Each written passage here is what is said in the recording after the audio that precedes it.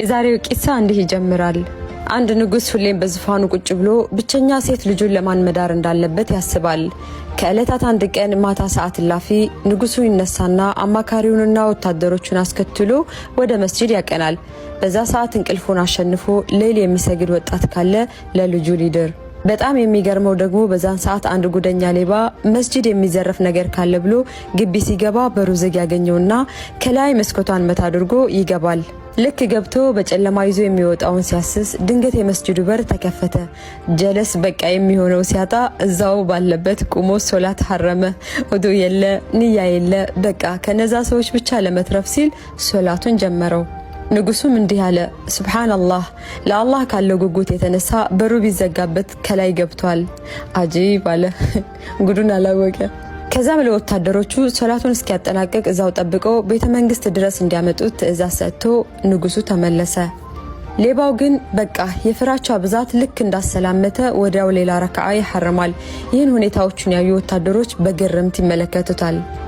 ከሰላቱ መርዘም የተነሳ መጠበቅ የሰለቻቸው ወታደሮችም ልጁ የጀመረውን ረካዓ እንዳጠናቀቀ ሊያስቆሙት ይወስኑና ልክ እንዳጠናቀቀ እጁን ይይዙታል። ከዛም ይዘውት ወደ ቤተ መንግስት ወሰዱት። ወታደሮቹም ለንጉሱ የኢባዳው ጥንካሬ በጣም ይገርማል፣ የሰላቱ ርዝመት አይወራም ብለው ሲነግሩት ንጉሱም ወደ ሌባው ዞር አለና አንተ በዚህ ኢማንህ ለዘመናት ፈልግህ የነበርክ ሰው ነህ። ስለዚህ አንዲት ብቸኛ ልጄን እድርሃለሁ፣ ስልጣኔንም እሰጥሃለሁ አለው። ሱብሃንአላህ ማአክረመክ። ሌባውም የሚሰማባቸውን ጆሮዎቹን ማመን አቃተው። ግራ በመጋባት አቀረቀረ። አንገቱን በሀፍረት ደፋና እንዲህ አለ፣ ያ አላህ ከሰዎች ለማምለጥ ዝም ብዬ አስመስዬ በሰገድኩት ሶላት እንዲህ አይነት ከሆነ ስጦታ አንተን በመፍራት ከልቤ ብሰግድ ምን ይሆን ስጦታ? እዚህ ቂሳ ብዙ ነገር እንማራለን። አየክ አላህ Subhanahu Wa Ta'ala ወደ ራሱ ሊመልሰን ሲል ስበብ ብቻ ነው የሚፈልግልን። ይህ ቪዲዮ ከወደዳችሁት ሌሎችም እንዲጠቀሙበት ሼር በማድረግ ተባበሩኝ። ሰላም አለይኩም ወራህመቱላህ። ዛሬም በሌላ ቂሳ መጥቻለሁ።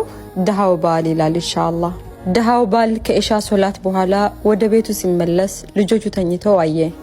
ለሚስቱም ልጆቹ ሰግደዋል እንዴ ብሎ ጠየቃት። እሷም ምግብ ስላልነበረ አባብያቸው ተኙ አልሰገዱም አለችው። እሱም በመኮሳተር ቀስቅሻቸው አላት። እሷም የእገሌ አባት ሆይ ከቀሰቀስኳቸው በረሃብ የተነሳ ያለቅሳሉ፣ የሚበላ ደግሞ የለም አለችው።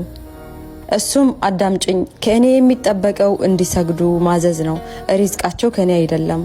ቀስቅሻቸው፣ ሪዝቃቸው ከአላህ እጅ ነው አላት። አላህ Subhanahu Wa Ta'ala ቤተሰቦችህንም በስግደት እዘዝ፣ በሷ ላይም ዘውትር ጽና፣ ሲሳይን አንጠይቅህም እኛ እንሰጣለን፣ መልካሚቱ መጨረሻ ለጥቂቶቹ ናት። እናቲቱም እጅ ሰጠችና ቀሰቀሰቻቸው። ሰግደው እንደጨረሱም የቤታቸው በር ተንኳኳ። ከዛም ሲከፍቱት ከከተማው አንድ ከበርቴ ከማዕዱ ጣፋጭ ከሆነው ግማሹን ይዞ ቆሞ ነበር። ሰውየውም ውሰድ፣ ይህ ላንተና ለቤተሰቦችህ ነው አለው። እሱም እንዴት ሲል ጠየቀው። ሰውየውም አንድ ባለስልጣን እንግዳ የነበርና ማዕዱን ከመመገባችን በፊት ተጣላን፣ እናም ምግቡን ላይበላ ምሎ ሄደ አለው። ከዛም ምግቡን ይዤ እንዲህ አልኩ፣ እግሬ ለቆመበት ሰው እሰጣለሁ፣ በአላህ እምላለሁኝ አንተ ደጃፍ ስር እንጂ እግሬ ሌላ ቦታ አልቆመም አለው። በአላህ ይሁንብኝ ምን ወደዚህ ይዞኝ እንደመጣ አላውቅም አለው። ሱብሃነክ ማአክረመክ። ኢላሂ ሶላታችንን አዘውትረን የምንሰግድ ባሪያ አድርገን። ወላሂ ሁሌም ቢሆን በአላህ መንገድ ላይ የአላህን ህግጋት ጠብቀን ከሄድን ትርፋማ እንጂ ከሳሪ አንሆንም። ወደ መልካም ነገር ያመላከተ እንደሰራ ይቆጠርለታል ብለዋል ረሱል አለይሂ ሰላቱ ወሰለም። ሰምታችሁ ሸር አድርጉ ኢንሻአላህ። ሰላሙ አለይኩም ወራህመቱላሂ ወበረካቱ።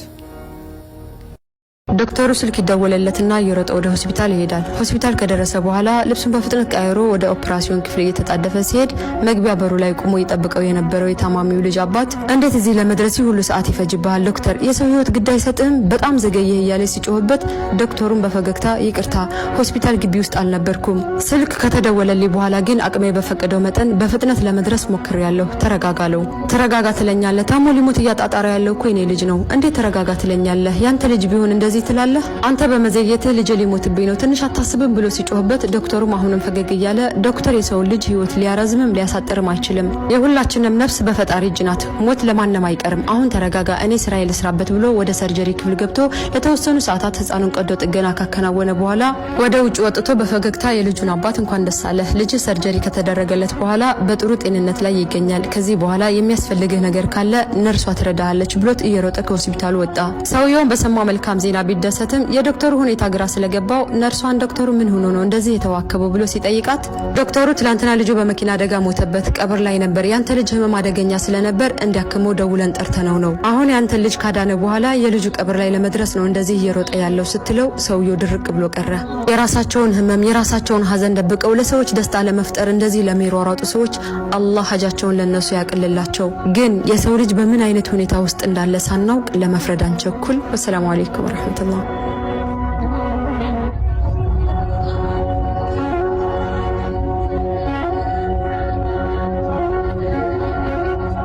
አየሽ እህቴ፣ ጨዋነት ዝምታ ሳይሆን የሚናገሩትንና የሚናገሩበትን ቦታ ማወቅ ነው። ከንግግር የሚሻል ዝምታ እንዳለ ሁሉ ከዝምታም የሚሻል ንግግር አለ። ሁሉም በቦታው ሲሆን ዝምታ ጌጥ፣ ንግግርም ወርቅ ይሆናል።